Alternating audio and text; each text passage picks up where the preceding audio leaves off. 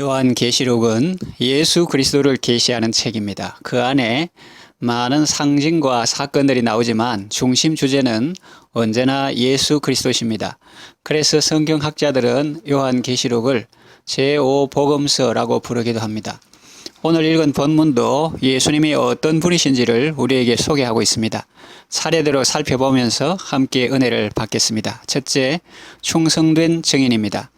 예수님은 하나님 아버지의 충성된 증인이었습니다. 삶과 교훈을 통하여 하나님 아버지가 어떤 분이신지 잘 보여주셨습니다. 세계 기독교 역사에 훌륭한 선교사들이 많이 있습니다. 그러나 그들 중에 어떤 사람도 예수님과 견줄 수는 없습니다. 예수님은 그 누구보다도 하나님 아버지께 충성된 삶을 사셨습니다. 계시록 3장 14절에 보면 예수님은 라오디게아 교회에게 자신을 아멘이시요 충성되고 참된 증인으로 소개하십니다. 주님의 그 충성된 증인 사역으로 우리는 하나님을 알게 되고 믿게 되었으니 그저 감사할 따름이죠. 우리도 예수님처럼 충성된 증인의 삶을 살아야 하겠습니다. 둘째, 죽은 자들 가운데서 먼저 나신 분입니다. 예수님은 사망의 권세를 이기셨습니다. 죽은 자 가운데서 다시 살아나셨습니다. 그래서 부활의 첫 열매가 되셨습니다.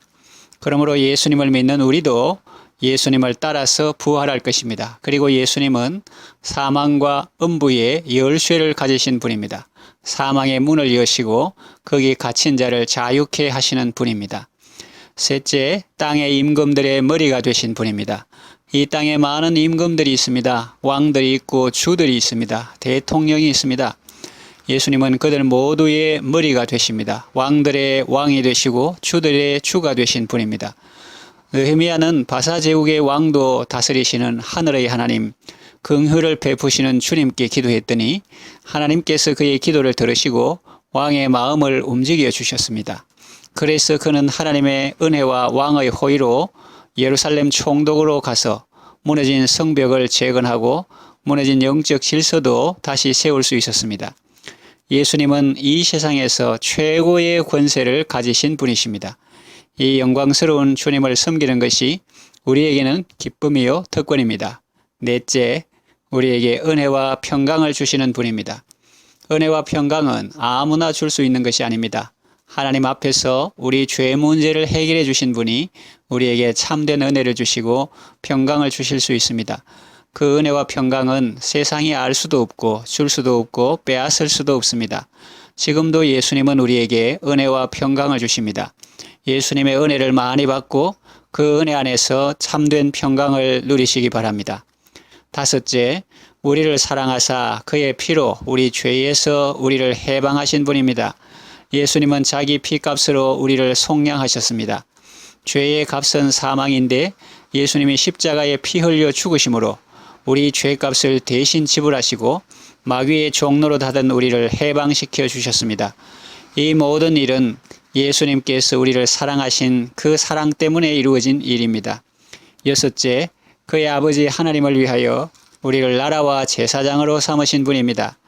우리를 하나님의 나라가 되게 하시고 제사장들이 되게 하셨습니다. 구약의 제사장은 제사를 통해 백성들이 죄를 사함받게 하고 하나님과 하나 되게 하는 역할을 했습니다.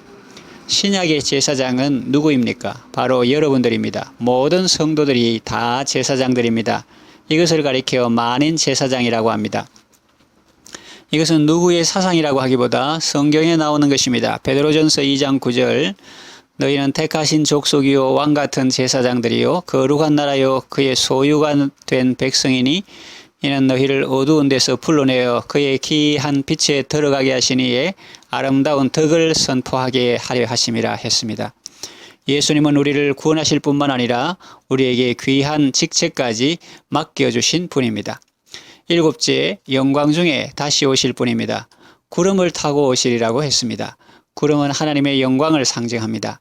예수님 초림 당시에는 일부의 사람들만 예수님을 보았습니다. 그러나 재림하실 때는 모든 사람의 눈이 그를 보게 될 것입니다. 각 사람의 눈이 그를 보겠고 그를 찌른 자들도 볼 것이요 땅에 있는 모든 족속이 그로 말미암아 애곡하리니 그러하리라. 아멘 했습니다. 땅에 있는 모든 사람들이 볼 수 있도록 공개적으로 오십니다. 그때 회개하지 않고 예수님을 거부한 사람들은 땅을 치며 통곡할 것입니다. 그러나 거룩한 행실과 경건함으로 하나님의 날이 이르기를 바라보고 간절히 사모하던 성도들은 기쁨으로 주를 맞이할 것입니다.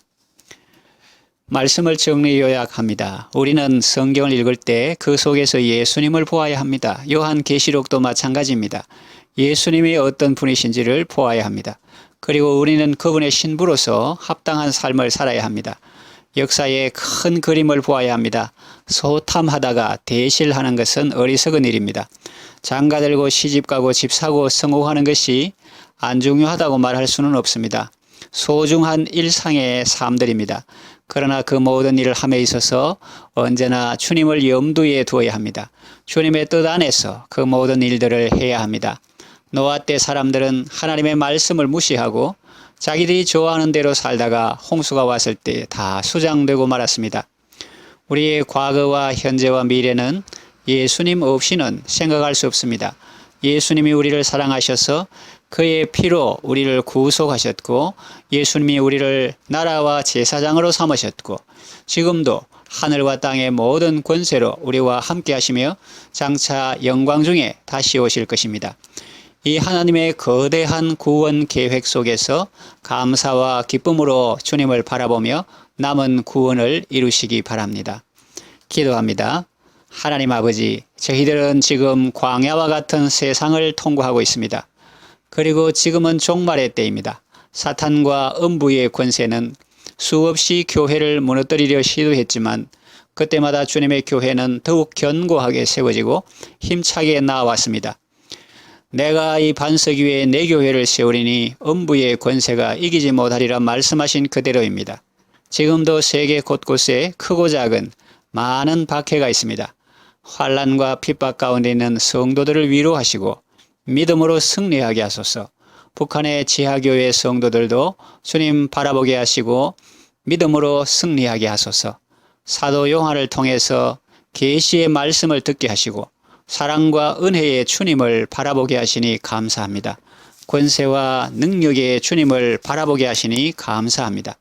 빛나고 높은 보좌와 그 위에 앉으신 우리 주 예수 그리스도를 바라보며 믿음으로 승리하는 삶을 살게 하소서. 예수님의 이름으로 기도합니다. 아멘.